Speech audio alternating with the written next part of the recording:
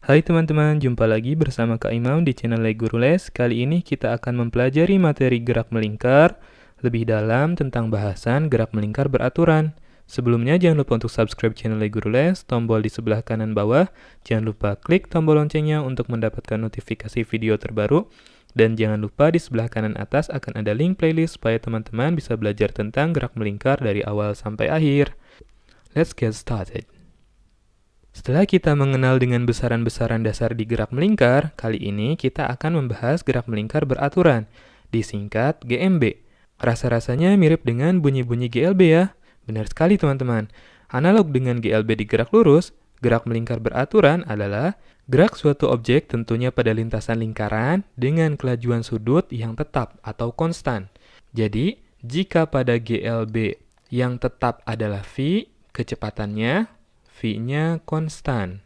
Pada GMB, omega yang konstan. Kecepatan sudutnya konstan. Nah, jadi kalau di GLB kita punya persamaan delta X atau perpindahan sama dengan V dikali T, maka analog dengan persamaan ini, kita bisa modif persamaan ini dengan menganalogikan beberapa besaran berikut. Jadi, X akan dianalogikan dengan theta karena perannya sama, yaitu sama-sama sebagai posisi. X sebagai posisi, theta sebagai posisi sudut.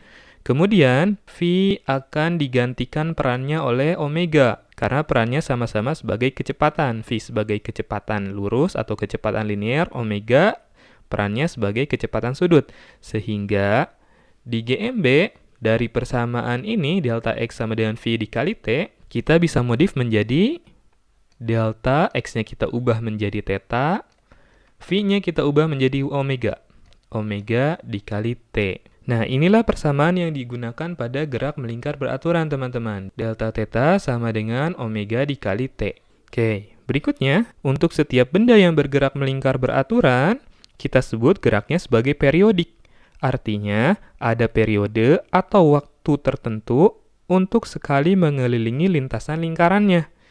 Dan nilai waktunya ini tetap nih, teman-teman. Contoh nih, untuk suatu benda yang periodik, misalnya adalah bumi mengitari matahari. Maka kita sebut gerak bumi mengelilingi matahari tersebut sebagai periodik. Karena nilai waktunya ini selalu tetap. Lamanya bumi mengelilingi matahari ini selalu sama teman-teman. Yaitu selalu dalam periode 1 tahun. Makanya kita sebut gerak bumi mengelilingi matahari sebagai gerak yang periodik. Ada periode tertentunya gitu. Nah, apa sih periode itu? Periode adalah waktu untuk melakukan satu kali putaran. Jadi, kalau kita tuliskan persamaan di GMB yang tadi, delta theta sama dengan omega dikali T, periode ini adalah waktu ini, teman-teman. Nah, namun dengan catatan, delta theta-nya harus satu kali putaran. Oke, jadi persamaannya ini kita bisa ubah menjadi T sama dengan delta theta dibagi omega. Nah, untuk membedakan periode dengan waktu yang biasa aja, kita tuliskan periode dengan huruf T kapital. T sama dengan delta theta-nya adalah 1 putaran. Nah, dibagi omega. Nah, supaya semuanya jadi SI, kita bisa konversi putaran ini menjadi radian, teman-teman. Jadi, T atau periode sama dengan 1 putaran adalah 2pi radian per omega. Jadi, semuanya satuannya dalam SI. Jadi, inilah persamaan untuk periode. Periode itu adalah waktu untuk 1 kali putaran. Oke? Nah, selain periode, untuk gerak yang periodik, kita juga punya besaran yang namanya frekuensi. Apa sih frekuensi? Frekuensi adalah banyaknya putaran per second, teman-teman. Kalau kita tulis, putaran itu adalah satuan dari perpindahan sudut. Second adalah satuan dari waktu ya, teman-teman. Ternyata frekuensi itu adalah omega, namun frekuensi harus dalam satuan putaran per second. Sementara omega memiliki satuan radian per second. Nah, jadi kalau mau tahu persamaan frekuensi itu kita konversi omega ini dari radian per second menjadi satuan putaran per second, teman-teman. Oke? Jadi omega yang satuannya rad kita ubah nih menjadi putaran. 1 rad adalah 1 per 2pi putaran. Nah, per second sudah tidak usah kita konversi lagi.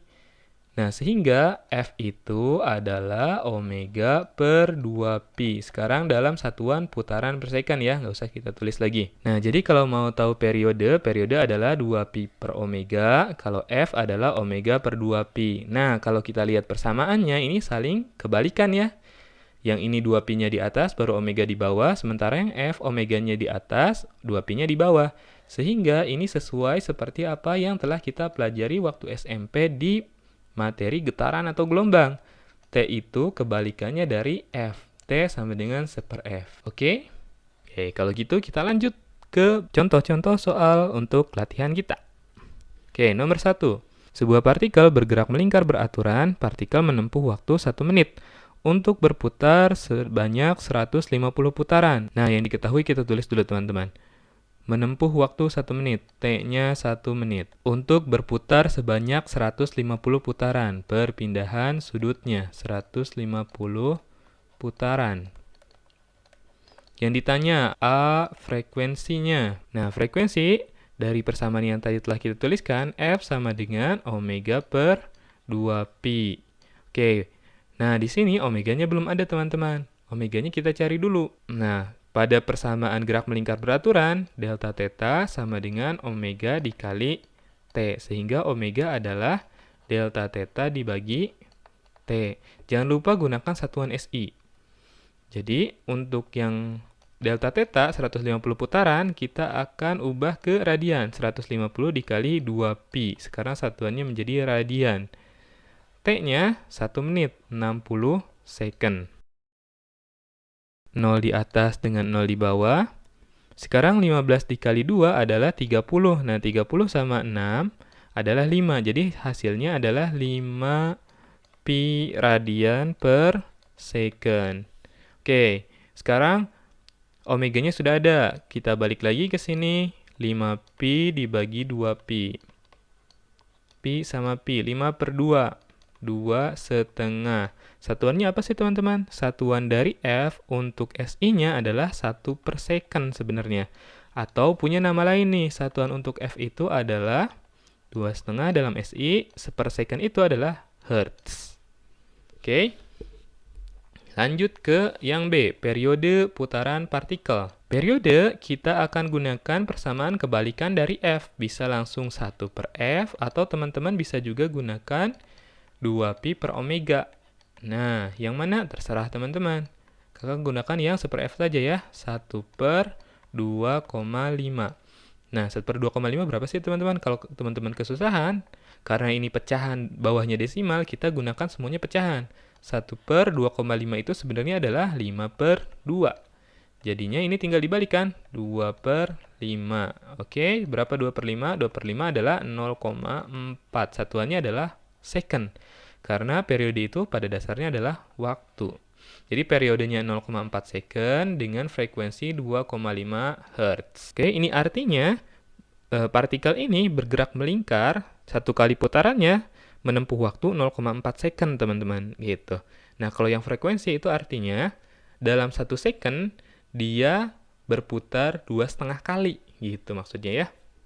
Oke, nomor 2. Sebuah partikel awalnya berada pada posisi sudut minus 45 derajat. Posisi sudut awal, teman-teman. Kita tuliskan theta 0, min 45 derajat. Kemudian ia bergerak dengan kelajuan sudut konstan, pi per 4 radian per second.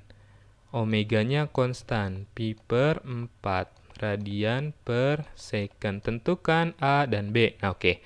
Jangan lupa kita gunakan satuan SI. 45 derajat ini kita akan ubah ke satuan SI-nya. Satuan SI untuk posisi sudut adalah radian. Oke? Berapa 45 derajat dalam radian? Bagi yang belum bisa mengkonversi derajat ke radian, radian ke putaran, dan lain-lainnya, tonton lagi ya di video sebelumnya. Nah, langsung saja kakak akan tuliskan 45 derajat itu, teman-teman, adalah pi per 4 radian. Oke, yang A. Perpindahan sudut setelah 8 second. Kalau T-nya 8 second, nah ini ditanya perpindahan sudutnya, teman-teman. Delta theta-nya. Oke, karena geraknya melingkar beraturan, kita gunakan saja delta theta sama dengan omega dikali T. Delta theta ini yang ditanya, omeganya adalah pi per 4 dikali T-nya adalah 8. 8 dibagi 4 adalah 2. Jadi berpindah sudutnya sebanyak 2 pi radian teman-teman. Atau 1 putaran penuh. Gitu. Oke, sekarang kita akan lihat yang B. Posisi sudutnya setelah 9 second. Ini artinya ditanya theta akhir. Waktunya 9 second. Nah, kita akan gunakan persamaan yang sama. Delta theta sama dengan omega dikali T. Delta theta-nya kakak akan urai. Theta T dikurangi theta 0 sama dengan omega dikali T. Pindah ya ke sini. Theta T ditanya, dikurangi theta awalnya adalah minus pi per 4. Nah, jangan lupa ya, minus-minus gitu. Sama dengan omeganya adalah pi per 4 radian per second dikali T-nya adalah 9. Jadi, nah yang ini, minus-minus menjadi plus, theta T ditambah pi per 4. Yang ini, 9 pi per 4. Jadi, theta akhir sama dengan 9 pi per 4 dikurangi pi per 4. Jadi, berapa teman-teman? 8 pi per 4. Atau 2 pi radian. Nah, posisi sudut akhirnya ada di 2 pi radian, teman-teman. Begitu. Oke, cukup jelas ya untuk soal nomor 2 ini. Sekarang kita lanjut lagi. Nomor 3. Salah satu contoh gerak melingkar beraturan adalah gerak jarum penunjuk jam, menit, dan detik. Oke, A. Tentukan kelajuan sudut putaran jarum penunjuk detik. Oke, A. Yang ditanyakan adalah kelajuan sudut, teman-teman. Omega. Omega adalah delta theta dibagi delta T. Untuk jarum penunjuk detik, satu putarannya itu, jadi kalau teman-teman bayangkan, jarum penunjuk detik itu, sekali putaran dari angka 12 sampai ke angka 12 lagi, itu dalam berapa lama teman-teman? Dalam 1 menit kan? Satu kali putaran jarum penunjuk detik adalah 1 menit atau 60 second. Jadi kelajuannya adalah 1 putaran tiap menit. Nah, sekarang kita akan lihat yang B. Tentukan kelajuan sudut putaran jarum penunjuk menit, teman-teman. Oh iya, ini omega detik ya. Omega detik, ini omega menit. Delta theta per delta T. Sekarang, kalau jarum penunjuk menit, satu putarannya dari angka 12 sampai ke angka 12 berikutnya dalam berapa lama? Dalam 1 jam. Ya enggak? Jadi, nah biar sama satuannya ya, kita samakan ke putaran per menit. Jadi, satu putaran per 1 jam berapa menit? 60 menit. Jadi, omega menit adalah 1 per 60 putaran per menit. Next, yang C. Kelajuan sudut putaran jarum penunjuk jam. Omega jam. Delta theta per delta T. Dalam satu kali putar, berapa lama waktu yang dibutuhkan jarum penunjuk jam dari angka 12 sampai ke angka 12 berikutnya? Tentu saja dalam 12 jam. Ya. Oke. Nah, jadi 1 per, biar sama satuannya, 1 putaran per 12 dikali 60 menit.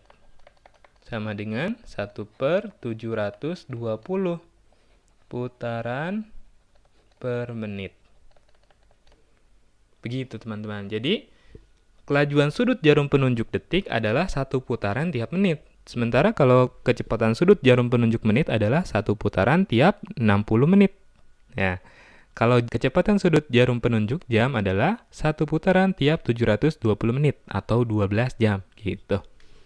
Oke, sekarang yang D, tentukan perbandingan kelajuan sudut ketiganya. Di sini ya. Nah, omega detik banding omega menit banding omega jam itu adalah 1 banding 1/60 dibanding 1/720. Ini semuanya kakak kali 720 semua ya, biar nggak ada seper. Jadi yang 1 menjadi 720, yang 60 menjadi 12, yang 1/720 menjadi 1. Nah ini artinya, untuk 1 kali putaran jarum penunjuk jam, Jarum penunjuk menit sudah 12 kali putaran. Sudah 12 jam. Sementara yang jarum penunjuk detik sudah 720 kali putaran. Begitu teman-teman maksudnya. Oke? Sampai di sini dulu ya teman-teman. Terima kasih buat teman-teman yang sudah menonton video ini. Selamat belajar. Jangan lupa bagikan video ini supaya semakin banyak teman-teman yang merasakan manfaat dari video ini. Jangan lupa like video ini, subscribe channel Le Guru Les, dan follow Instagram Le Guru Les. See you!